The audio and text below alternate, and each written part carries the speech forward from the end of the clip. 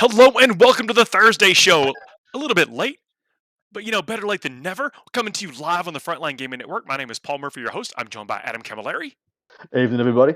and Dustin Henshaw. Hello, everybody. Thanks a lot for bearing with us. Don't laugh at me. No, but look, I really do want to say thanks for being patient. This show, if you listen to it after the fact, you can't tell that we're a few minutes late.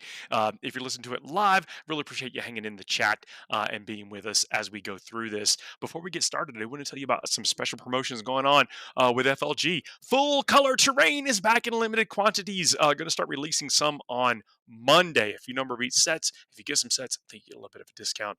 You definitely want to check that out. It's pretty awesome. What a way to kind of like pro per table with only a little bit of effort. Spend a little bit of dollars, get a couple of things. It's going to be great. Also, get those Atlantic City Open tickets. You want to have them soon. I'm drawing for limo rides. Really class it up. You do not want to miss it. Jumping into what we're talking about this week. This is, well, I guess this week and every week, this is your weekly meta breakdown. Hyping up the biggest and most awesome tournaments coming up over the weekend. We're going to tell you what you're going to see. We're going to tell you how to beat what you're going to see. We're going to also maybe unpack some meta busting lists that other people have submitted. And we got a few tournaments to go down. And then at the end of each and every segment, we have a segment called the Fuego Rapido. It's kind of exciting. If you're new it's here, a good time. yeah, It's a good time. hold tight. It'll be at the end of the show, whenever that is. We'll see how long this show actually is. First tournament we're going to talk about. Actually, we'll talk about three tournaments: Fantasia, Fantastic 41, Gibraltar Grand Tournament, and then Grand Onslaught 3. Gentlemen, we're all back. It's going to be a good one. We are all back. We got one from Scandinavia, one from Gibraltar, which is I don't even properly understand what Gibraltar is, but it's a nice place. I hear the good things happen there. It's that little nub on the other side of. Isn't it? I don't want to say. Actually, I don't. The Iberian Peninsula, right at the bottom. It's like there. A little bit of Spain. Spur. It's like Portugal, Gibraltar, Spain, maybe. Yeah, somewhere around there. And then we got the Grand Onslaught 3 here in Tampa, Florida. Not actually too far from where I am right now. Oh, that's actually true. I forgot you were traveling around that much. But I love having all these tournaments from all over the world, though. It's good to see the meta and how it's kind of shaping out, especially where it is right now. I know a lot of people are kind of salty about some of it. I want to see what it's like other places in the world as well. What's really cool about one of the things we do on our show, and what Paul said so eloquently then, we hype you up. But the thing is, we touch back on some of these long-standing events in certain parts of the country, and we can see like certain regions start to get a bit of an identity. For the better part of like the first kind of 6 months of us doing our show, like London, England was the absolute heartland of Death Guard. Death Guard like was a predominant faction, was always on the podium in London. And it's funny to see these little metas coalesce. Sweden, for the longest time, especially post Grey Knights and T-Suns, was like the heartland of all the psychic phase armies. It was like you'd see a grand tournament in Sweden and you'd have almost a third of the armies being T-Suns and Grey Knights. And so it's really cool to track these things week by week and see the identities of these nations, of these metas kind of coalesce. And it's just a superb thing that I get to do. This is going to be one where we're kind of tracking where the meta is. Is it caught up to the Harlequins? Is it still dominated by Custodes? Like we're gonna check that out. Is the circus still the greatest show in town? The thing that was going to be the name of the show is this is the greatest show on earth, but I was afraid it'd be too like. So maybe some folks, wouldn't know that I was the circus. We would alienate a lot of the viewers on that one. I think on that. It's not as well known of a thing anymore. I don't think it's beyond us. Well, now we'll just have to go with what we got. So there we go. Just know the subtext is it could be the greatest show on earth. True. Nurgle Matt, thanks for checking us out in the chat. I was trying to get a couple of names before we jumped into it. We really appreciate everybody hanging in here with us. Let's get right into it. So the first thing we're going to be talking about is a Fantasia Fantastic 41 in Sweden. Dustin, you want to run down what we got here? I would love to run down what we got here. So we got the Imperial Super Faction coming in at 1 Imperium, 5 Sisters, only 10 Custodes and 85 players, 3 Admech, and 2 Grey Knights. And that's all the Imperium. So it's actually more Sisters than I was expecting. The Custodes isn't as high as I thought it was going to be, which is interesting too. Space Marine Super Faction, there's 3 Dark Angels, 1 Blood Angel, 1 Space Wolf, 1 Salamander, 3 Black Templar, 3 Raven Guard, 1 White Scar, 2 Imperial Fist, 2 Death Watch, and 1 Blood Raven. Oh, we almost have a full set here. Wow. Very close. We're missing Iron Hands, I believe. No Ultramarines. And no Ultramarines, exactly. No Iron Hands, yeah. Mm-hmm. Wow. And Blood Ravens, the gentleman actually just listed himself with Blood Ravens. I've got no idea, like maybe not using supplement. Just like I am Blood Ravens, will not use Blood Angels or anything else. It's just straight out of the book. Hey, So Blood Ravens didn't. are one of those like bridge chapters. They came out of Dawn of War. They've got a little bit of history and lore to them. If I remember correct, did have Gabriel Angelos listed as his chapter master. So what a mad dog. I'm not gonna lie. The only reason I even knew about them was because of Dawn of War. And I that's think where they they came from. did they invent it? I think they had invented it for Dawn of Oh, War. really? Yeah. Yeah, it was. Oh, see, I know exactly where they came from. Then I'm from the beginning of Blood Ravens. I'm like a Blood Raven fanatic. What I find funny is that their kleptomania as their personality was hilarious. I thought. Chaos Superfection. There's 3 Chaos Space Marines, 3 T-Suns, and 2 Death Guard. So no demons and no Renegade Knights. Just to point out, there was 0 Knights at this whole event, no Imperium and no Renegade Knights. That's a big donut, and those are quite interesting to see now that we know the Codexes are coming. Usually, we see a surge prior to the Codex drop. That's true. I wonder why that is then. What the heck? Xeno Superfaction, there's 5 Necrons, 4 Orcs, and 8 Tau. Wow. That's actually pretty close to each other. I don't mind that. Hive Mind Superfaction, 4 Tyranids, and 3 GSC. I like seeing that. Still no forces, and I think that's going to be the trend of things going forward, to be honest. Aeldari Superfaction, 3 Aeldari, 3 Drukhari, 4 Harlequins, and 3 Osiriani. I've said it before, and I'll say it again. They always seem to just be in line with each other now. It is just, they're always averaging each other within like 1 or 2 lists being brought in. It just goes to show you how good everything in that book is. Like anything can be used. Like internally, like you look. There's the internal meta. There's the internal balance of a codex and then of a super faction. That looks to me like a very healthy super faction. Very well balanced internally between them all. Like I mean, all of them are still supercharged, still super powerful, and we're still seeing a lot of Aeldari and Asuryani lists coalesce. And we got a couple to unpack here. Yeah, absolutely. So really, before we get to that though, we do have the faction podium. So oh yeah, sorry. Go ahead and do that. I was gonna talk about Aeldari on Aeldari action. Hate crafts. It's Custode still in the front, but only with 10, and then the Golden Cliff is more like I don't know, a Golden Step to down to 8 with Tau, and then Sisters and Necrons tied in third with 5 each. That is this the tightest ratio we've seen of Custodes and Tau? I think it is. It pretty much is. I think we saw another one that was Tau. We've seen one event where it's Tau over Custodes, and that was not. I think it was only by 1 list, like it was 8-7 or something like that. But it was in a much smaller event pool, so it wasn't a huge blowout. But yeah, it's tightening. The cliff is getting shorter, but only for this event, which is quite interesting because there's a couple of other events where the cliff is still well maintained. If you're just tuning into the show, we run down the factions, then we give the faction podium top 3 factions as a number of represented there, and then we try to highlight some of the top players at each event. Sometimes we just pick out what might be I don't want to say wacky, but an unconventional list. But as we get deeper into the ITC season, which you can follow along at the ITC website, you can see who's who and where they rank. We're going to start pulling out top players in attendance at these events and going over the list that they've chosen to bring to these tournaments. Exactly right. Huge, big showing for Sisters and Necrons. Sisters, I almost couldn't tell you why that is, even though I have pulled out one of the Sisters list that I found quite interesting for us to discuss. For Necrons, I could see why you could see more Necrons on the table. They are a faction that people believe has jumped from being one of the worst into an upper middle faction, at least. What's your perception, boys? No, I've definitely been feeling that too, just with the changes to the core for destroyers alone, and then the point trots on them shortly afterwards. It has definitely elevated them to another level. And I think there's still some leeway in terms of what people are figuring out with the list, but you're starting to see them bring these destroyer heavy lists that are making a huge difference in a lot of these matchups, like Custodes especially. Well, exactly right. I was about to say they are, because funnily enough, both of the 2 archetypes we're seeing right now from Necrons actually hold up quite well into Custodes. First and foremost, Custodes are not great at killing 20 warriors in a hit. They, in fact, outside of, I couldn't tell you a unit that they have that will kill 20 Necron warriors in one go. So you're always going to get mileage from the reanimation. And on the inverse of that, the same can be said, like 3 Virtus Praetors does not kill 6 destroyers. In fact, you're more likely that they kill 3 and you get 1 back, and they lose on that exchange.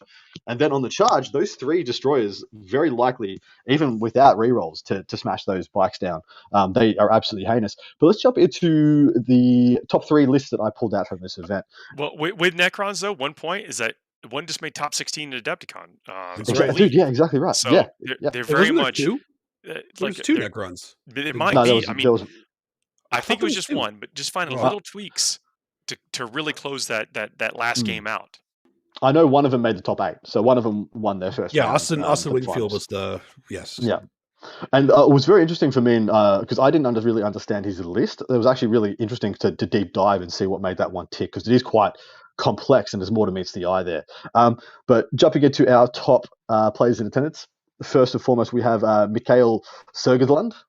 Sergerland, I believe I've got that right. He's playing Asuran. He's got a custom craft world, Children of Prophecy and Hail of Doom. If you don't know what that is, Children of Prophecy means any dice rolls of a 1 or a 2 on a cast or a deny count as a 3. Now, where that is very powerful is that all your casting values need a 9 or a 10 in order to get the extra range, which will keep you out of deny range on a lot of your casts. And so he automatically gets that. If you use one fate dice, and no matter what you roll, you're going to hit that second tier on the casting value. So it's very powerful there. And Hail of Doom supercharges all your shuriken weapons. So he has a double patrol, starts off with 2 Farseers, 5 Rangers, 2 times 10 Dire Avengers, 6 Sweeping Hawks, 6 Wind Riders, 3 Wave Serpents. Then he goes into the second patrol, has a 2-man War Conclave, Baharoth, who's OP as all hell, another Farseer, making 3 Farseers, 5 more Rangers, 10 more Dire Avengers, completing the 30 that you're able to take, 5 Howling Banshees, 3 Shining Spears with a Super Exarch, and 6 Warp Spiders. This is so you got all the Farseers just slammed into Wave Serpents, being backed up by Dire Avengers in there as well. Or you can have all your MSU merely in there. You've got Swooping Hawks jumping down with Wolf Spiders doing your rod, getting your zones. You've got Wind Riders that you have a ton of CP to keep safe and do all the damage. Those Wind Riders all have shurikens, by the way, which is interesting because usually we see them with scatter lasers. I think this list is another good variant on the mono Aeldari and Asurani, and we're starting to see more and more custom builds come out as people experiment. What do you guys think? Yeah, well, I'm going to ask you a question. Is like, I think a lot of people they may just got to go for that battalion. Here we have 2 patrols. What do you think the reasoning is behind the 2 patrols? Wanting the 4 HQs is the way I see it. The 3 is not enough. If you wanted to go to make the big, you want to go the big Children of Prophecy plays, and you want to go for the big what's the storm? What's all the Mortal Woos? Eldritch Storm. You want to go for the huge Eldritch Storm. You need to get those 3 Farseers in it to maximize the punch. And the reason I like this a lot is because I see this as being a little bit of a Tau counter with the big Eldritch Storm, especially helping you eat a lot of people's drones very early and put a lot of pressure on. And then, of course, you close the distance. It's got supercharged Dire Avengers. Baharoth is just such an X factor as well. I don't know anybody who's got a good Baharoth answer. How do you deal with him? How do you stop him from just being like one of the biggest thorns in your side? Yeah, he's never there when you need him. I mean, it's basically if you're the opponent. Yeah. He's like, I want him to be there to kill him. Eyes over there. Or shit. Yeah. I actually, is it a she? I'm not sure. Baharoth's quite androgynous, so I don't want to assume any Phoenix Lord's gender. But I really like this a lot. It's only got the Banshees and the Shining Spears as counter assault, but I find that is enough, especially with the very small footprints of these units. The threat of them is what you want. You want the threat of them to be enough to hold your opponent back for a turn or two, and then you can gain a lot of supremacy. Well, you put just a bare amount of casualties on some units. Those units can legitimately wipe the rest of them. So Exactly right. It's everything's about. We kind of coined this when we were talking about it. Is that the Eldar don't trade. The Eldari don't trade. They just take. That's and that's something that's different than how some of the other armies we'll talk about. Maybe we jump to the speaking of which, the Adeptus Mechanicus. Let's jump in. So this is Rick. Trading. This is Rickard Nilsson. So this is one of the best Admech players in the world, to my mind. Very good friend of mine as well. Great man.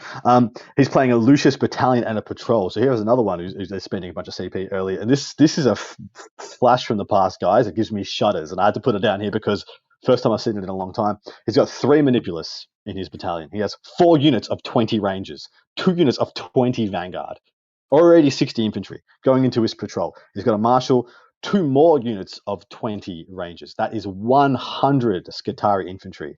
And Rickard, mate, I thought we were done with this. I thought we were past it. We were all happy. Everyone was happy. I think it's back. I think this plays really well into Harlequins.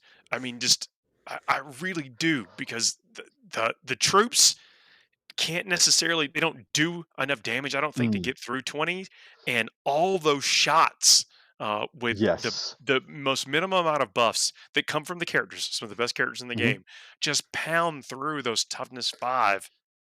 what In a, 5-6 wound things. in addition, custodies can't handle this either. Both Custodies and Harlequins and some Ashirani will really struggle to choose through this. I feel like the issue is Tau. I don't feel like will. Tau will just mulch it. Is The my fear. Manipulus, they give that extra range, so Mm. they get past the negative range from your opponents. I think this is Mhm. very much a smart build, even if it is a blast from the past. He's just going to get points. Dustin, what do you think of it? I hate saying this, but I love it because it actually plays really well. People are not teching to deal with hordes right now, and Admech No. still is one of the strongest hordes in the game right Hmm. now, if not the Agreed. strongest. I think they are the strongest. If we remember what they used to be able to do, Yeah. like, whew. I don't. He didn't have the veteran cohort listed, which is what I thought was interesting because it would avoid the blast issues that a lot of the tower weapons bring to bear, things like airbursts. Oh, that's great. That's a great point. But Yeah. it's a hell of a lot more points to spend. Like you'd lose almost a whole 20 man to buy that. And maybe he was just like, well, I'd rather just have 20 more bodies. Last of these lists is another gentleman named Mikkel Nasland. He's playing Sisters, Valorous Heart. He's got a single battalion. Starts off with Morven Val, Canoness, 10-10-5 Battle Sisters, which is bigger than we usually see, but Valorous Hearts are a bit more durable. They'll survive longer on objectives. For only 5 Sacrosands. Now, that is quite interesting because that's usually why you take Valorous Heart. You take Valorous Heart to min-max your Sacrosands, which some believe are the best unit in the Codex. Dogmata, 2x3 Paragon Warsuits. Now, that's the spice. 5 Dominions, 3 Penitent Engines in addition, 5 Retributors, 1 Immolator, and 2 Rhinos. So 2 units of Paragon Warsuits and 1 unit of 3 Penitent Engines. We're finally seeing possibly the beginning of the Walker archetype for Sisters. What do you guys think? Yeah, this is tough to say because the Penitent Engines and the Retributors and the Paragon Warsuits, you're creating a little threat density. I Mm-hmm. think you can get away with only 5 Sacrosands because of the Rhinos. If he needs to keep some of those characters, protected, then they can go on the Rhinos. So Yep. he can, he can basically be a little switcheroo with the transports. It's So just that wall of iron, straightforward. what I love here is that Valorous Heart has that beautiful bring the Ren down. And Paragon Warsuits sit at 2+ already. Now there's a lot of AP, mass AP1 in the meta. You think shuriken cannons, you think SMS, you think airburst. A lot of these things are operating on mass rend 1, but they can spike some of these things. Like a shuriken can spike. You can Monkar up and do a bunch of things to get extra rend in Tau. But a lot of them operate on a baseline of a rend 1. Now Paragon Warsuits sit at a 2 up. So if you're ignoring rend 1, you are just taking 2 up saves, man, and you could just power straight through them. As long as they don't have too many railguns. See, That's right. They I have love any one. engines. I love the Yeah. penitent engines, and this makes me happy because I feel like the penitent engines will actually get to do some work because They're gonna have to shoot the Paragons. Yeah, They're gonna have to shoot Paragons. They have to shoot the Paragons. Yeah. I So there might be a little was bit of going to say duality they here. can't shoot them all, but I believe they Yeah. can actually shoot them all. That's the thing. Maybe. But you can threaten a lot of charges from reserve, a lot of long charges if you get the right miracle dice. My only fear is, I think this is an experimental list. I looked at it and I'm like, this is a gentleman who's just like possibly just throwing his hands up and being like, well, guess what? I'm just playing what I want now because the best list for sisters just kind of aren't cutting it. So, Mr. Nasland, hopefully you do amazingly, and those Paragon Warsuits prove their worth. So what's taking this thing? Oh, Rickard, Yeah, I was going to say the Admech as well. Yeah. Yeah, Lucius, there's a lot there to keep some of those hordes safe. Then plus the buffs, that is going to be a lot of damage coming out each and every round, and I don't think people are prepared for it anymore. They weren't prepared for it then. It just kind of fell out of favor Yeah. for a brief period of time. As one of the things we talk about is that we can see trends, and we definitely saw the Adeptus Mechanicus fall off for a little while in favor of some other things. And I think now that there's been a couple more things injected into the ecosystem, as it were, we'll see some of these older builds coming back. Yeah, the only thing that worries me about Rickard's run is the fact there is 8 Tau in this. So there's 85 players at this event, if we didn't mention it before, and so that means it's almost 10%. It's about 8. There's about 7.5, 8-ish% Tau. So in your run, you're likely to play one. And it just depends what that one is. He's going to love it if he sees like a bunch of rail sides. He's just going to be like, yum, yum, yum. If he sees 5 units of crisis suits, maybe not. Yeah. Hobby Hammer did some math for us on the Adeptus Mechanicus, said 160 that were on the slide. So thanks for that. That is a ton of bodies on the What? table. That's a good Oh, one. sorry. It was 10 hands. My bad. It's just like, that's 10. That's 10. Yeah. Yeah. So, so and then Nargamas has been waiting on a sister's list like that, with a few less Rapincia. But I mean, you're right. I think you're probably right. A little bit experimental, and then fighting dice. Thanks a lot for the likes and then tuning in. Yeah, those comments are how the people find us. We normally start a half hour earlier, and maybe that's why some folks figured we were doing something else tonight. But hey, surprise! Here we are. And then you can find us. Surprise. Would not miss it. Yeah. Yeah, Every here, rain, shine, sick or healthy. time. Trust me. And the next one we'll talk about is a Gibraltar Grand Tournament that is actually from Gibraltar. So Who would there have we go. thought? 71 players. Look, these tournaments, they have freedom to name their tournament whatever they want. Do you know what? I'm going to start some events back in, in Florida and stuff. I'm going to call them Gibraltar. Gibraltar, amazing London. tournament. Yeah, the Gibraltar, London, Manchester United. Perfect. I like that tournament. Just piss off the whole meta, the whole There we go. community. 71 players, 5-round event. What are we seeing there? The Imperial Super Faction, there are 12 Custodes, 2 Admech, 5 Grey Knights, and 2 Imperial Knights. The Space Marine Super Faction, 4 Dark Angels, 3 Blood Angels, 1 Ultramarine, and 3 Iron Hands. Okay, so we found all the Iron Hands and Ultramarines then. Yes. We just need to spread them out, and then we Yeah, can just need have to spread them out. Exactly. Can't all go to the same event. That's fine. It's fine. Don't worry about it. Chaos Super Faction, 5 Chaos Space Marines, 2 T-Suns, 5 Death Guard, 2 Demons, and 2 Renegade Knights. Then the Xeno Super Faction, 4 Necrons, no Orcs. I had to triple check to make sure, but there is 0 Really? orcs. Yeah. And 5 Tau. Wow. What happened to the Greenskins? No idea. Walter they're not okay with orcs. They don't like the Pushed orcs. them all, threw them all in the sea. Maybe. I mean, look at that spread in the Chaos Space, or sorry, the Chaos Faction. Though. I mean, Yeah, that's, dude, the chaos spread's amazing. Yeah. Yeah. Wow.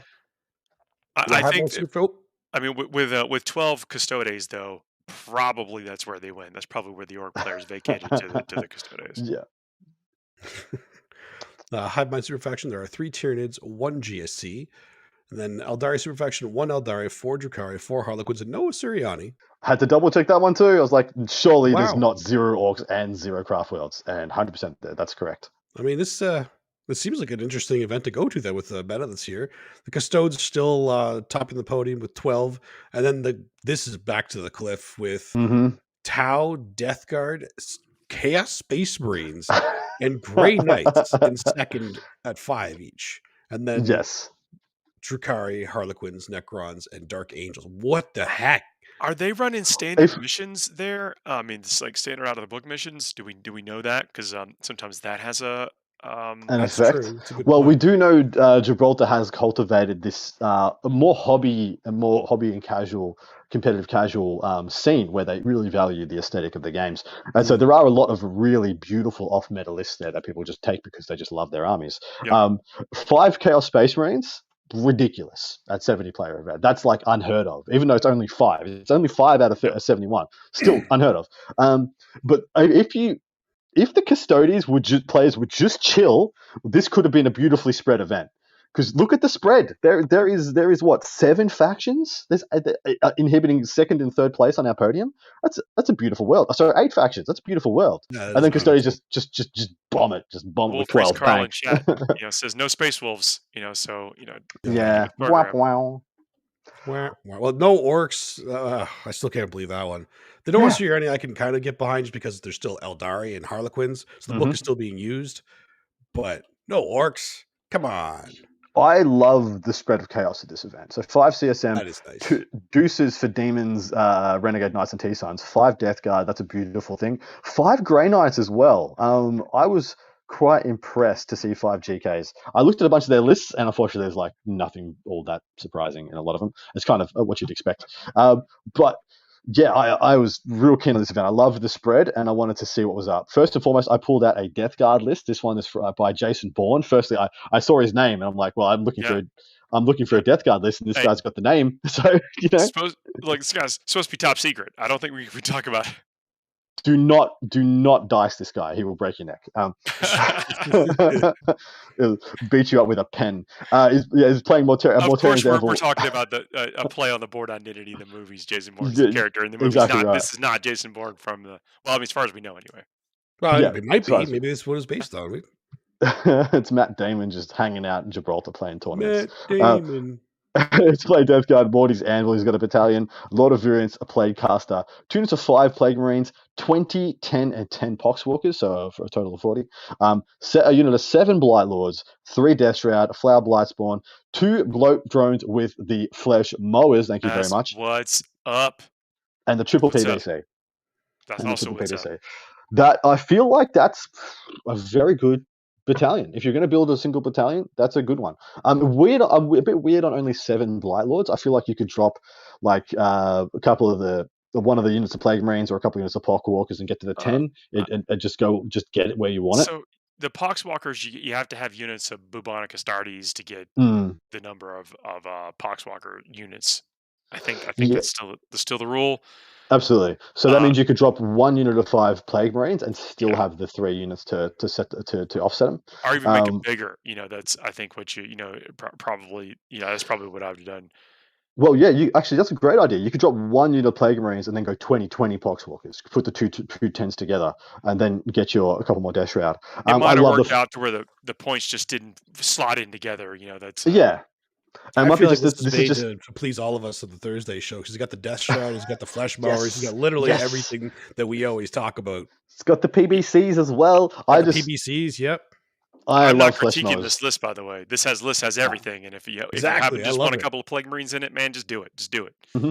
I love the Flesh Mowers right now. I think Flesh Mowers are great. I'm gonna clip that and Yeah, we'll just roll it at the start of the show. You'll all be talking about. I want to say, look, all the things that you guys thought I was crazy: Baharoth, Flesh Mowers, Swooping Hawks. Swooping Hawks, but those are kind of, I think those are kind of same thing. But, but Castellan Robots, Chaos Spawn, the T-Sons. Yeah. Anyway, this guy's taking notes. It is. So Manny Cham is rocking up to this event. One of the top finishing people in the ITC for all of last year. I was going to unpack his list. I clicked on it. It was a Harlequins list. I read it. I got very bored, glazed over. It's exactly what you think it is. It's exactly what Manny would bring in a Harlequins list, which is the most boring Harlequins list. And there we go. Moving on. We have a Custodians list, which is a little out of the norm. It's played by Stig Johnson, which I believe is one of the gentlemen off Tabletop Tactics. Lovely gentleman and a great painter. Yeah, great dude. He's playing an Alpha Mana Custodians list, and I wanted to unpack it because I think it's got some merit at the moment, especially into the mirror match. I think it's fantastic in the mirror match. He's got a Shield Captain on Dawn Eagle, Trajan, as you do, because why wouldn't you? It's the best freaking it's the best HQ duo. No, it's the best HQ duo in the game, I believe. But maybe Celestine and Morvenvale is up there. 2 units of 10 Custody Shield Guard. 2 units of 10. 2x5 Prosecutors, 2 Vexillas, and 2x3 Venatari. That's all she wrote. 2 Vexillas. Do you? What do they? What banner do they have? I will check for you momentarily. One of each. But if it was me, I'd be taking the -1 to hit and the light cover. I'd be taking the dense, and the light. And there's another one. I didn't even know there was another one. I just figured those are the only 2. There's a +1 attack one. Oh, yeah, definitely those 2 then. Yeah, 100%. You'd be taking those 2. I really like the infantry spam custode list. I feel like it actually has a lot of play that people are kind of underestimating. I've seen it on the table a couple of times, and it's annoying to fight against. Well, that's right. It's so much to chew for so many armies. I feel like this is really quite resilient with the amount of rend in the game. Like we said before, there's a bunch of rend 1, a bunch of rend 2. Shield Guard, don't care. You're just going to walk straight at them, especially if you've got light cover and heavy cover. You're going to really mitigate so much of the issues. Pulling up that list for you guys right now. Oh, it's more, I mean, thank you for doing that, but I was more like, are they trying to create almost like, 2 bricks that they kind of come in from all angles of the table? So he's got a Defensor and a Magnifica, which I believe is the 2 I mentioned, the 2 defensive ones. Yep. Yeah. But yeah, I like the list. I'm not sure if it's the best thing going, but I like biggest reason I like it is that it is so strong in the mirror match. It's just going to be that the opponent doesn't have if they have 9 bikes, they can probably dance around you and just hope that you fail enough saves that they get the damage done.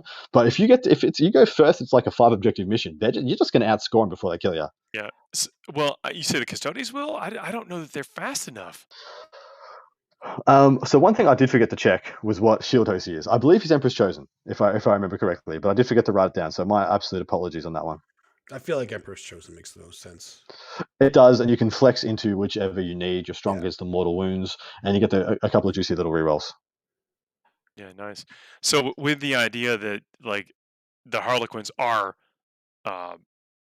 almost like the top of the heap at this moment, and we know there's going to be there. Is that the obvious choice of winning this tournament, or is there something that could squeak past it?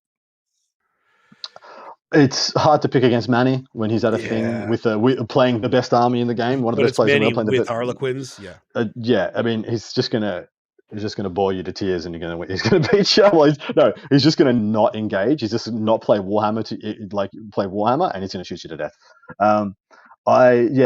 You can't not pick Manny to win, but it's interesting to pick against 12 custodies in this meta, and just not picking one of them is actually really interesting. It just shows that they are kind of on a little bit of a decline, at least within the top 4 or 5 lists and factions. They're towards the bottom now.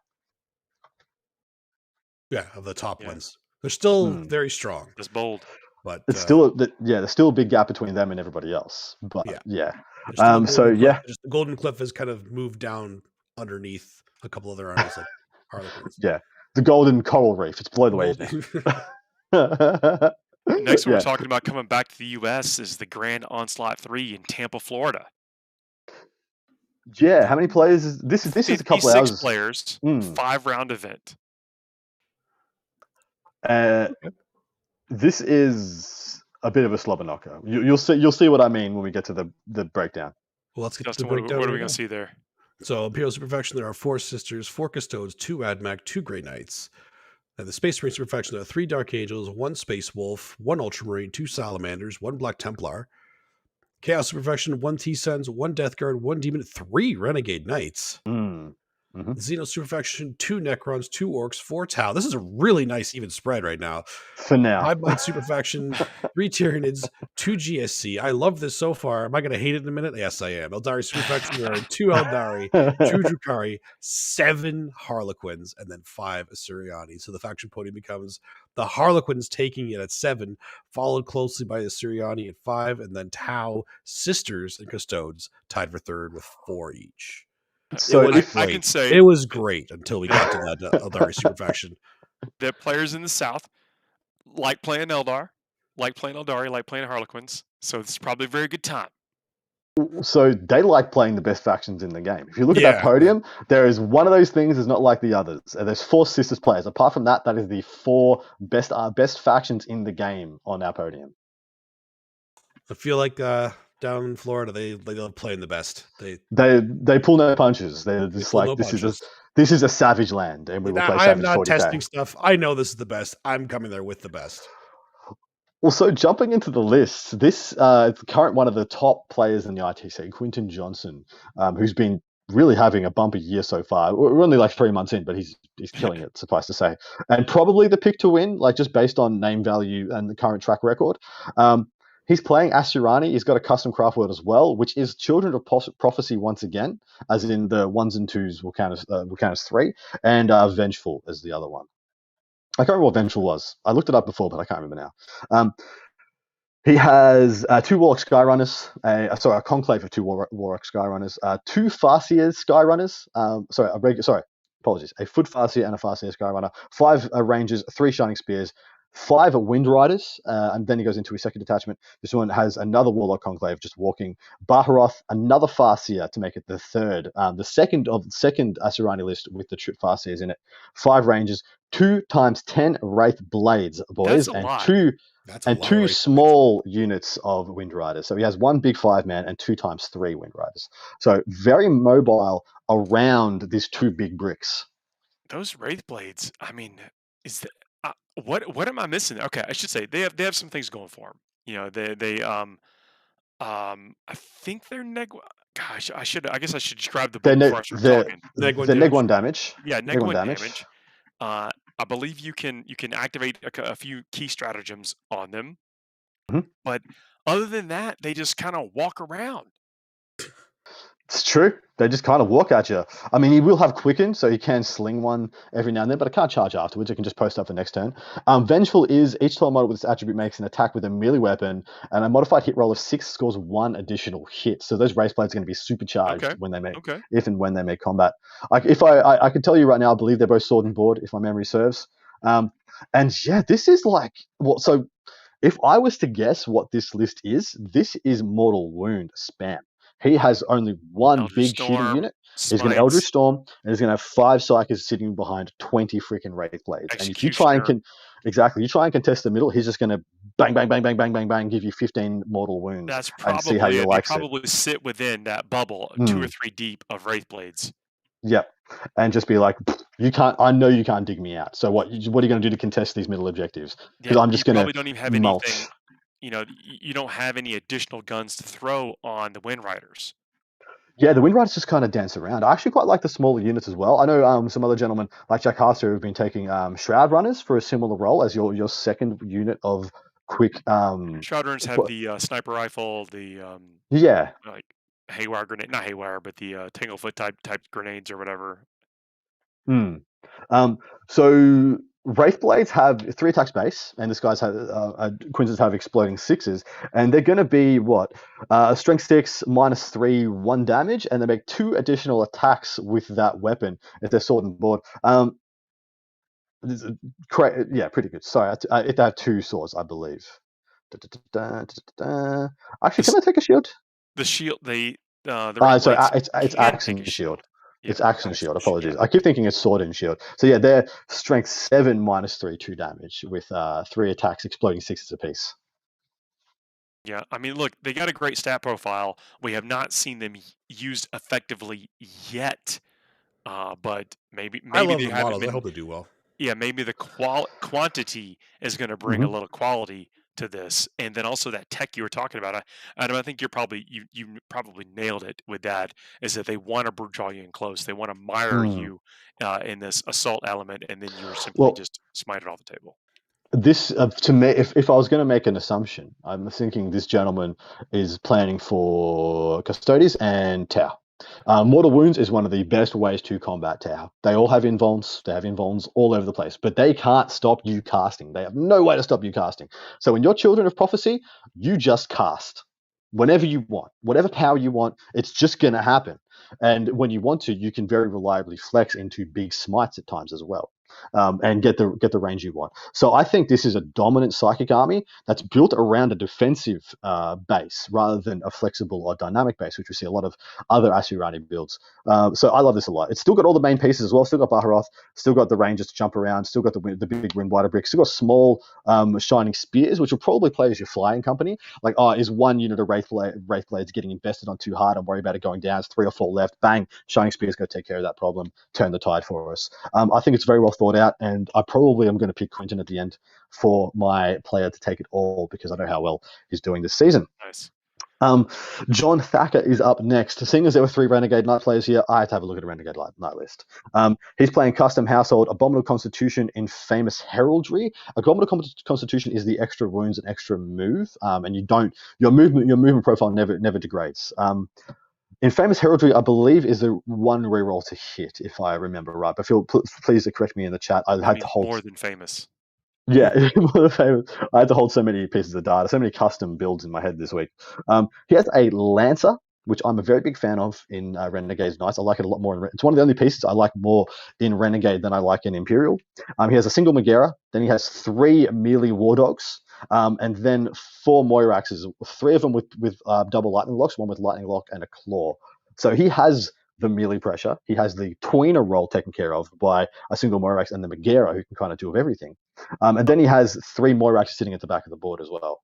Yeah, and it's all string 6, which plays really well into Harlequins. Exactly right, my dude. Remember what we talked about? I don't know if Dustin, if you can add to this, but the two main things that I think you can add to your army to get a little bit better into Harlequins is things that auto wound on 6s or that explode on 6s. Because you can only hit them on 4s, look at the things that can make up the shortfall for the things like Tesla-like effects. Because if you're only hitting on 4s, you're missing out on your 3s or your 2s. Getting doubles or triples on 6s can, in effect mean you were hitting on 3s or 2s math-wise anyway. And then if you're winning on 6s, you ignore a lot of the penalties for, -1 to wound auras or etc. etc. And so lightning locks, I think, are a very good option. No, absolutely. No, it makes perfect sense. What you're saying, you're nailing it right on the head. You seem to know what you're talking about, Adam. I feel like we have you on here for a reason because you definitely Thanks, boys. You're calling it well. It's a very good way to kind of mitigate the minus to hit and only hit on 4s kind of thing. Because let's be honest, most Harlequin players are playing light right now, so that's what you're kind of got to be ready for. So when you're Tesla on 6s, it just it completely mitigates that. It helps you a lot. Now, I'm speaking from a faction that we're used to hitting on 4s. So when you say you hit me on 4s, like, okay, I don't care. That's fine. Nothing changed. Nothing has changed. So, but when you have the options to do that, then it actually makes a big difference. And then even just hitting on 3s sometimes too, it makes a big difference when you are, because a -1 doesn't happen after you only hit on 4s. Like you don't go, okay, you only hit me on 4s, and now you're -1. So hitting on 3s, it hurts to get that -1 to hit. So you can still kind of mitigate it that way. But the exploding 6, like you're saying, like especially Tesla, might be one of the reasons that Necrons might be making more of a, because Tesla, we always call it Tesla, but Tesla is only the Necron thing. Yeah, it's a Tesla It hits extra hits when you roll a 6. Yeah, extra hits when you roll a 6. The Tesla-like effect, which all the Moiraxes have. Exactly. The Megara has. I had this crazy thought. There's a little-known night house called Volca that has a strat to explode on 6s. And I thought, maybe this is a thing people need to look into now. We have one more list, and I wanted to pull this out simply because we didn't have a single bugs list. We didn't have a single bugs list on the show, so I wanted to get a Gene Steel Cult on the show because I love you too, Dustin. You're a good lad. Dominic, where are the bloody list? Come on, man. Was there any of this event? Was there actually any of this event? I don't think so. I didn't do a single Space Marine list, did I? Oof! Shame on Adam. Everybody, shame. This one. There is. I didn't do any. No, the other one. Never mind. That was the other one. So this is Dominic Iovino. He's playing Twisted Helix Battalion and Patrol. He has just every character. He has one of every character and 2 Patriarchs. So he's got a Biophagus, Kelamorph, Magus, Patriarch, 15 Acolytes, 20 and 14 Neophytes. I know one of those is pretty much basic, and the other one is kitted up with all the goodies. He has a Clamavus and a Locust, like I said, every character. 10 Pure Strains, 8 Jackals, 2 Rock Grinders, and then he goes into the next patrol. Sanctus, completing the every character of everyone. He has a bingo. second. Yeah, exactly. Everybody had that on the bingo cards. Second Patriarch, 2 more units of 10 Acolytes. These are all kitted up for melee, and 10 more Pure Strains. I found this one a little bit interesting because it's Hero Hammer. It's got one of everything, and I was thinking there's some of these that aren't a great pick unless you're willing to take a lot of relics and spend a lot of CP. In addition, he has a lot of units. He has a lot of infantry units: 2 Pure Strains, 3 units of Acos, 2 units of Neophytes, and then a single unit of Jackals. I wanted to pan pass this over to Dustin. What do you feel like is going on with this list? Why so many characters? Because the GSC characters are the best thing in the Codex, to be honest. Now, I don't know, like the Locust right now, people are sleeping on it. The Locust is so strong. I've been using it in secret. I'm not having streaming my games where I'm using it because it's so good right now. I don't want people to learn about it. It is a character that has the bodyguard keyword for one character that you pick in the beginning of the deployment. Okay. Yep. So you can literally have I'm giving away my secrets now. See, this is why you have to watch the Thursday show. It's the only way you learn this kind of stuff. If you actually have, say, a Goliath behind a wall, and then a Locust 3 inches from that, and then a Patriarch, if that's your bodyguarding, 3 inches further from that, the Locust and the Patriarch are now untargetable in shooting. That's true. And frustrating. Wow. So you're kind of so that's kind of creating that daisy chain we're used to seeing from things like Celestine. Yep, exactly. We have that kind of thing too right now. The Locust is. I actually here you go. Here's some more secret stuff. I'm actually running 2 Locusts right now on my actual list. Oh no! Oh snap! It's good. So yeah, that alone for a 50-point character, and they're not bad in combat. Plus they like, in close combat too, they can heroic 6 inches, and if you can target the locust in close combat, you have to.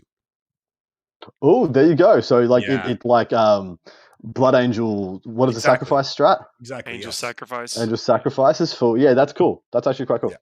He's actually he's a beast for 50 points. He's absolutely incredible.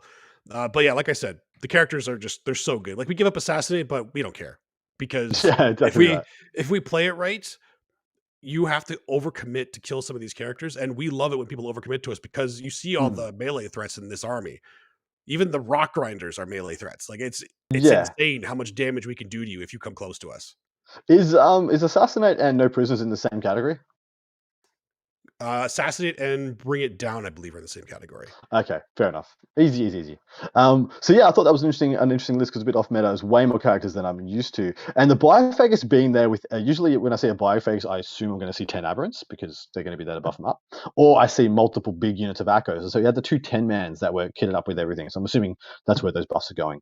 Yeah, the buffs on the acolytes makes sense, or the like probably put like the 5-up field of pain on the 20-man maybe. But Yep. the only downside is that because they're not aberrants, you have to roll for the buff. Yes, But that's for true. acolytes, there's only one that you don't really want. It's still not bad. Like the extra AP is like it's not bad, but you want one of the other two. So you have a good chance of getting one that you want. Beautiful. Fuego time.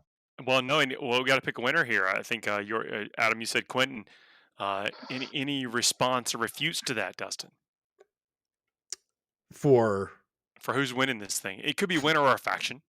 I mean, I want to say the Gene Stealer cult, but that Quentin Johnson list is actually pretty good. So I gotta say a Sirianni. Also, I think it's Sirianni too. I don't know that it's going to be this Wraithblade list, but I think Sirianni have what it takes to punch into Harlequins and Custodes. I just thought of something from Quentin's list. Also, Okay. my phone is on 15% battery, so if I bounce out, boys, go on without me. We got a Fuego here in a minute. No. So Wraith Blades are toughness 6 with -1 damage. So what do Shuriken cannons hate about that profile? They're going to wing them on 4s, and they're going to do 1 freaking damage. And they got a 4-up invuln against the actual big Shuriken shots. Oh, they're -1 anyway. You got a 4-up invuln no matter what. So they're going to. You can have 9 Void Weavers all you want. If you flub on your big shots, guess what? You're screwed because your little shots ain't going to do a damn thing. Well, they have invulnerable saves too, so you might. That's what I mean. Yeah. You can just use Fate Dice to make sure you get past the big shots. Well, as many as you roll. And then bang, bada bing, bada boom. I'm going to have 4-up saves against doing 1 damage against all your other shots. There we go. Well, let's just do it. Let's be cognizant of the battery life and everyone else's time in chat. Let's get into the Fuego Rapido. The Fuego Rapido is a segment we do each and every week where we give ourselves a series of topics we run down. We have a clock. It starts at 2 minutes. It runs down to 0. Each 2-minute segment, production is like, we have a clock. We just have a clock. Hold tight. Well, I'll tell you what. We, in absence of a clock, what we're going to do is just give everybody one answer, then we'll go down to the next one. Done. So here's the first question. Alpha, and that's April Fool's edition, by the way. This is March 31st, so we could be a little bit goofy with this. Don't hold us to it. Clock is already at 0, so April Fools, we don't actually have a clock. We Alpha did it. Legion, actually traitors. Yes or They're no? actually traitors. Ooh, yes. By now, yes. Like, there's no coming back from. Well, 41st millennium in the 30 like in 30k, maybe you could argue that their intentions were good. But now there's no doubt they've done some messed up stuff. There's no coming back from. You don't think those are people just wearing the Alpha Legion armor, or are they remnants of one of the Primarchs? I shouldn't say there may not be more than one Primarch. Yeah, the wearing of flesh, the Chaos possessions, they're definitely redeemable. You don't know that was them. Definitely redeemable. I don't know how I can justify that after 10,000 years now. Okay, now maybe they're traitors, but when they first started doing this stuff, it's fine. You can start with good. You can start with good intentions. I've done many a hobby project with good intentions. So are you saying every rebellion was always just good intentions? They're not. Oh my goodness! Absolutely. Every redemption thinks they're a freedom fighter or they're fighting injustice. That's fair. We're out of time. Best trickster in 40K. This can be a character, faction, player, or 40K personality. Let's. What? Changeling. Oh, come on. Fate Weaver. Dustin? Or Zinch themselves, actually. Probably Zinch. Oh, I can't themselves. remember the guy's name now. Why can't I think of the guy's Lucas, name? Lucas the Trickster? What? No. His name is actually Trickster. His nickname is Lucas He's got a the pretty Trickster. powerful ability, too, which definitely more of a trick than a treat. Yeah, that makes sense. Let's hear that. Actually, if there's anybody in the chat, if you have a favorite or who is the trickiest trickster in the chat, please let us know. Jonathan Quinnell, I think, is the biggest trickster personality. Nice, clever, Yeah. very clever. Also on the Frontline Gaming Network, which you can tune in, I think on Tuesday, Mondays. Monday, live. You want to be Monday. here. Grim After Dank. All right. Jankiest jank rule that was ever a part of the game. Oh, Look, I want to that's say easy. it, and there's no disputing this. Hit and run. What? That's good. That's pretty good. That's pretty good. Okay.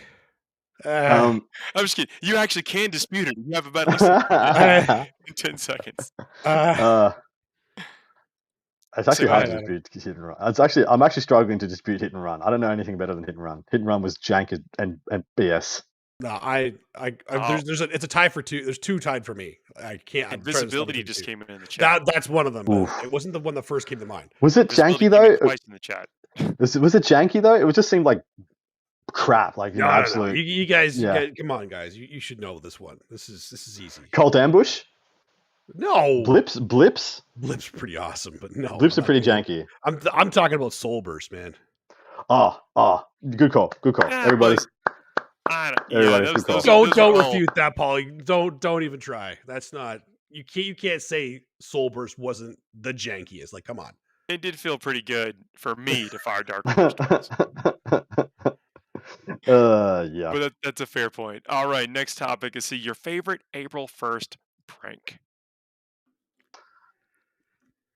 Oof. Okay, so it has to be relatively harmless in nature. Yeah, I can't talk about some of them because they're not. Replacing salt with sugar. Much nicer than the other way around. Yeah, that's true. Much nicer. I don't know. Do you guys have stink bombs? You guys have prank stink bombs? We once got like 30 of the damn things and just nuked the whole school into like evacuation with stink bombs. Wow. Like every classroom got a stink bomb. It was pretty good. Dennis the Menace over there. You can see how I did not do well at school. We were never in it. It's true. I was evacuated. Too stinky in there. Yeah. Oh geez, the best. I can't even. The only one that I could think of that I remember. This was just one time when I was like 8 years old. I pretended I drank the whole alcohol collection.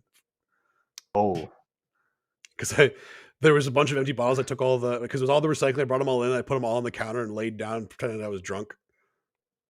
I was like 8. I was yeah. My mom was not happy. I'm doing the bunny ears. Pretended. Pretended. Yeah. Here we go. Drunk little Dustin. Based mission. What is an April Fool's mechanic that would go into a mission? Yeah. Okay. Basic April Fool's mechanic. I could think of that. Definitely, like an objective is explode. I always loved that. Like sabotage objectives. Those were cool. Yeah. Like it's progressive. It has to be progressive, and the objectives just explode and take the unit with them off the table. I remember playing a mission years ago that had the TO came down and put all the objectives on the table, and it had little pieces of paper sticky taped underneath them, and when you controlled them for I think a turn or two, you flipped it up and either you took damage or you gained points, and there was like only like 2 that gained you points and 4 of the 6 blew you the hell up. It was legit. Like teleporting terrain. Whenever you walk through terrain, you have to roll a random die, and then you end up at a different piece of terrain. Oh, that's cool. Or actually, so the judge, you combine, and they have a chart. They roll, and they make the halfway through the game, make the character or the players switch table sides. That's another cool one. I like that a lot. But another one, as soon as they went to go take one unit, that's when I'd say April Fools. I wouldn't wait till they got halfway through. If you want to do a crazy April Fool's one, you just you roll a d6 or a d4 for which table quarter you have to deploy your army in, and you just have to different units all over the place. There's a Even if you're right fantasy, next to each other. even if you're right next to each other, it just happens. Too bad. Oh, that's rough. That's rough. Do not use these mechanics. These are not suggestions. Yeah, No, not suggestions. No. Definitely irritate some players, which we don't want to do, because if we irritate the players, they won't come to the tournament, so they won't have anything to talk about this week or the next. So hey, that's the end of our show. If you have liked this, well, thank you. First off, please also leave a thumbs up or a comment or a 5-star review in iTunes or wherever you listen to this after the fact. That is one of the ways that other people, you kind of like April Fool the algorithm into having people discover the show, and that way you got more people to talk to during the live part of the portion. Look, and if you are listening to us live, thank y'all so much again for taking the time each and every week to come and hang out with us. We really appreciate it. This has been a blast. Dustin, Adam. Always a pleasure. Yeah. Love you guys. I've we will been having definitely- so much fun. I had thumbs up the entire time. Nice. We'll be back next week. We'll see y'all soon. See you guys. See ya.